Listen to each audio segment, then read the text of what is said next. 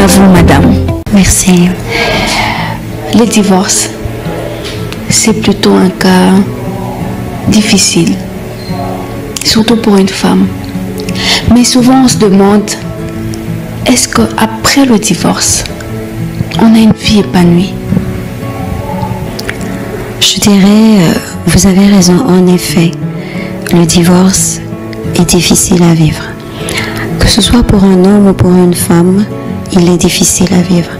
Cependant, dans la société dans laquelle nous vivons, il est encore plus difficile d'être femme que homme dans cette situation. Et c'est une appellation très lourde à porter sur ses épaules.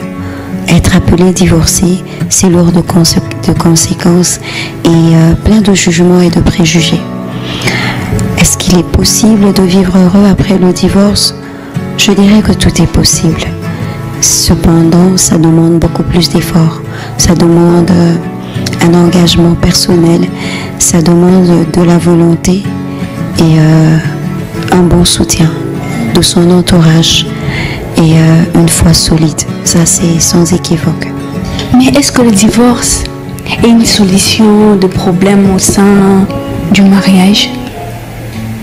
Je dirais en toute honnêteté, après l'avoir vécu, mon conseil serait que le divorce soit vraiment le dernier recours.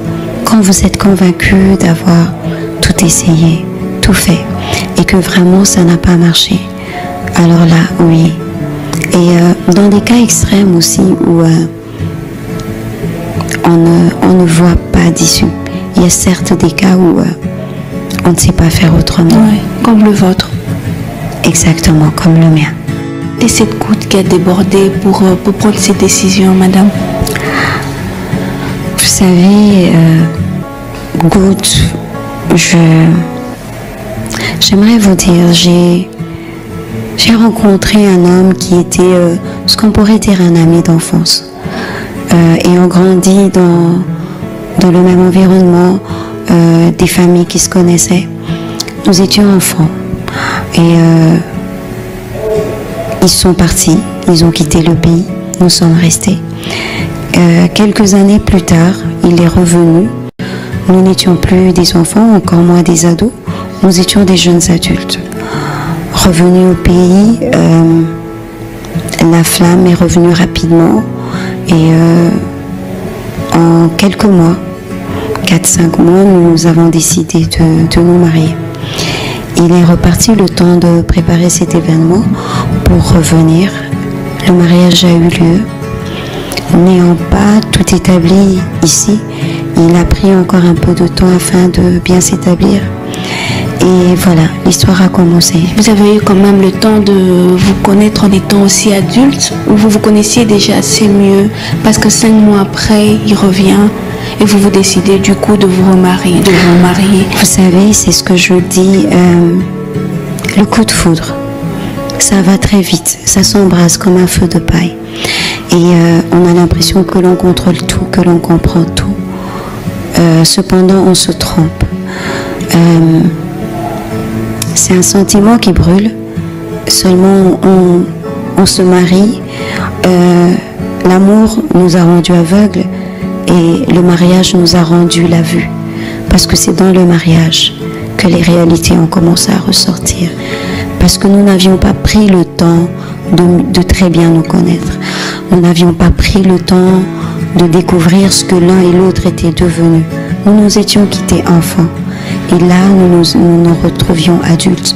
Chacun avait développé une personnalité, une façon de voir les choses qui, au fil du temps, dans le couple, ces choses ont commencé à ressortir.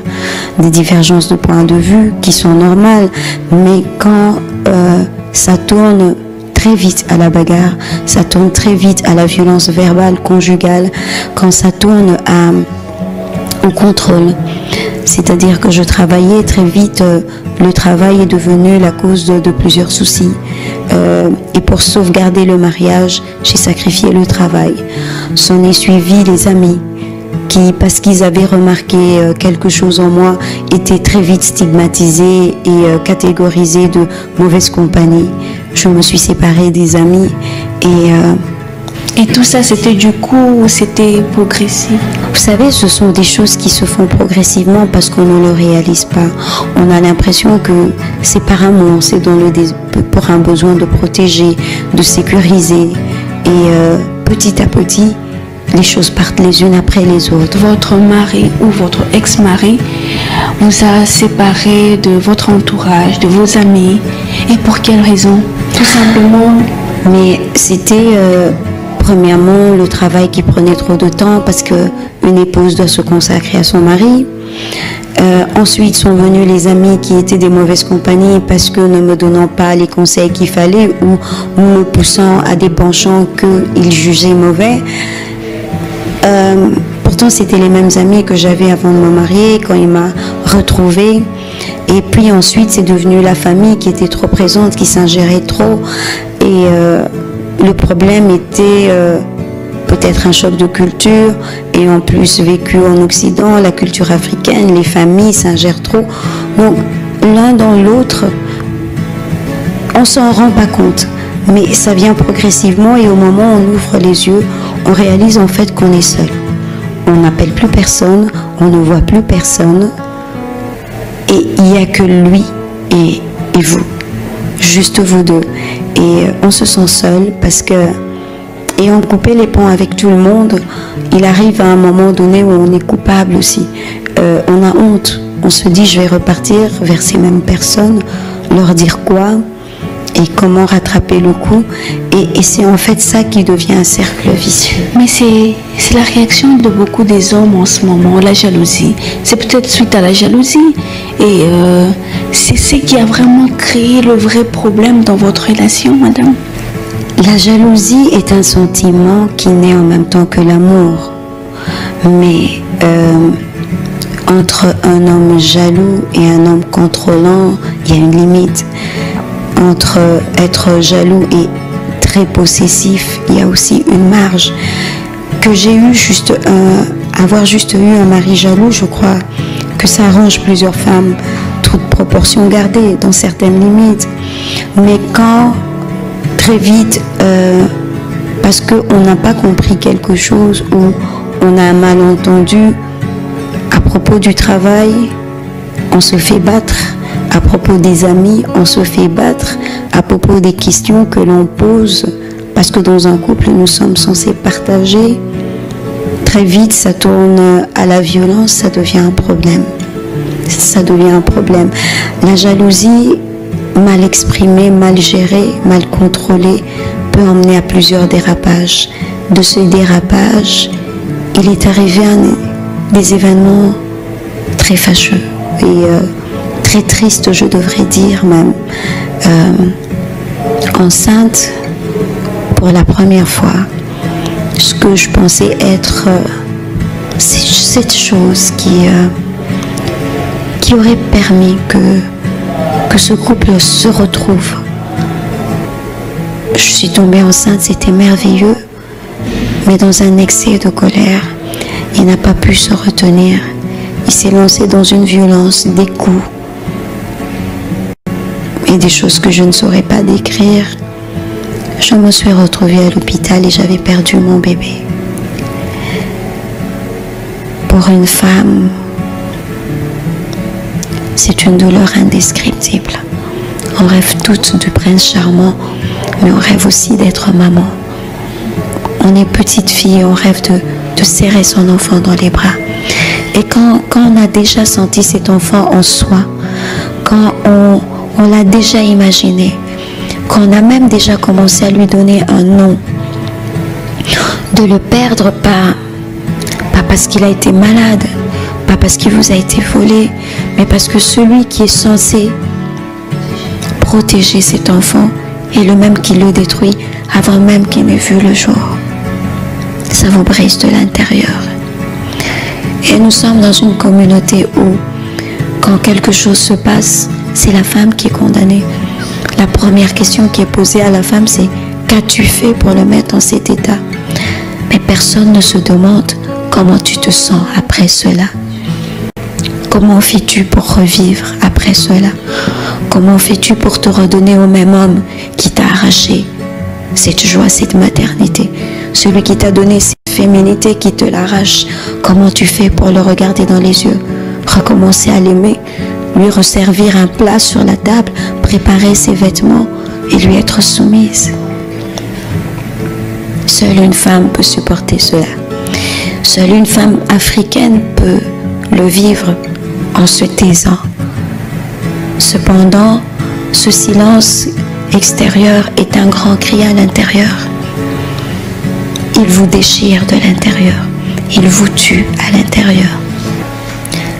Ça a continué. J'ai fait l'effort de pardonner, de me dire que c'était un accident. Nous avons évolué.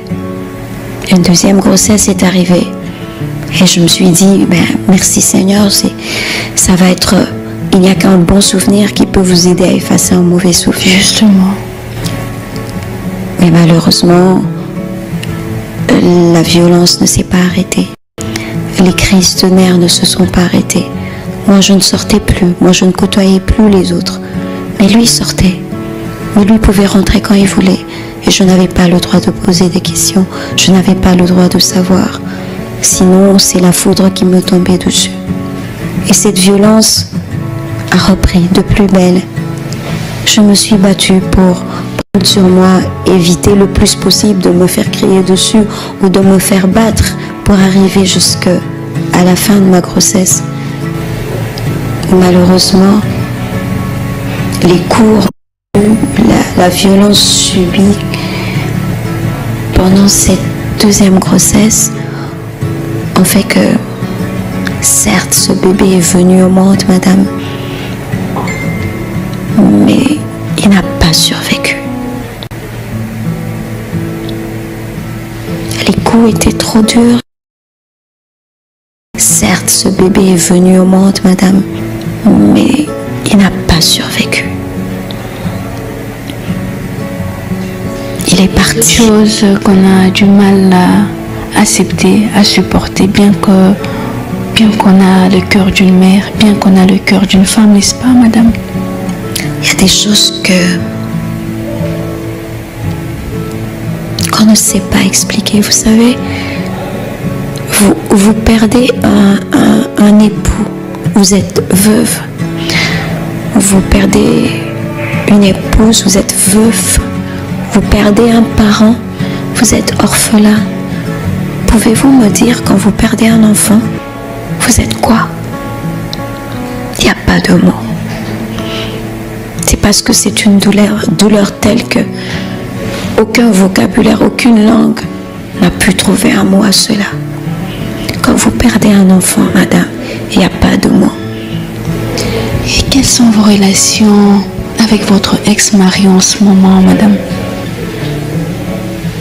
Je n'ai aucune relation avec. Je ne suis pas capable d'avoir une relation avec, de quelque nature que ce soit. J'ai l'impression d'avoir perdu une partie de moi-même, de m'être perdue dans toutes ces relations. Je suis en train de recoller des morceaux de moi-même physiquement, parce que physiquement ça vous laisse des séquelles. Physiquement, vous n'êtes plus la même personne. Émotionnellement, vous êtes brisé.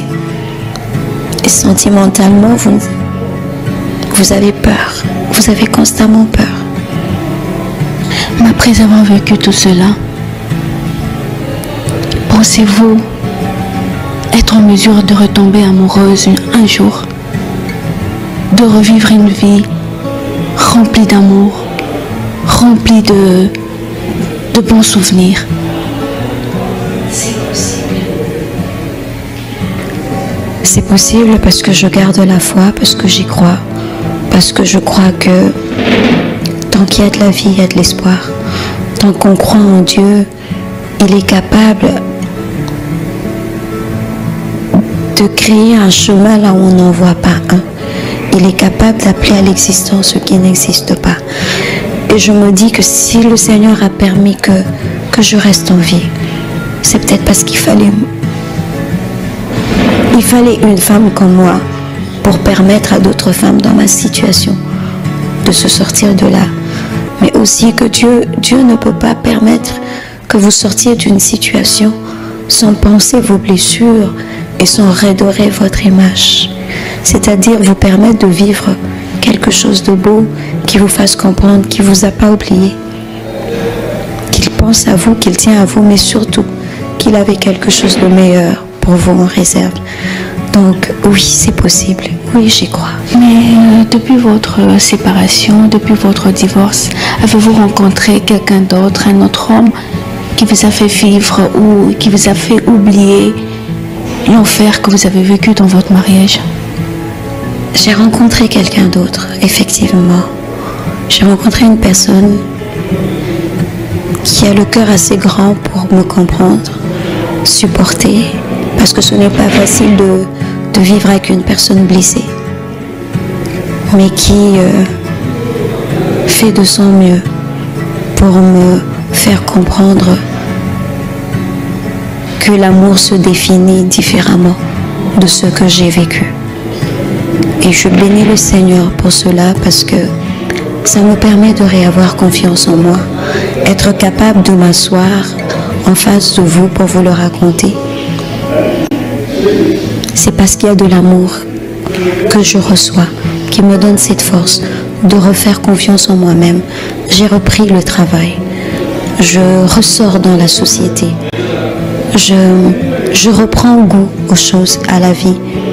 Et j'espère et je crois que je pourrai vivre une maternité heureuse et que je pourrai vivre un mariage heureux. Vous croyez encore au mariage? Pensez-vous vous remarier un jour? C'est possible.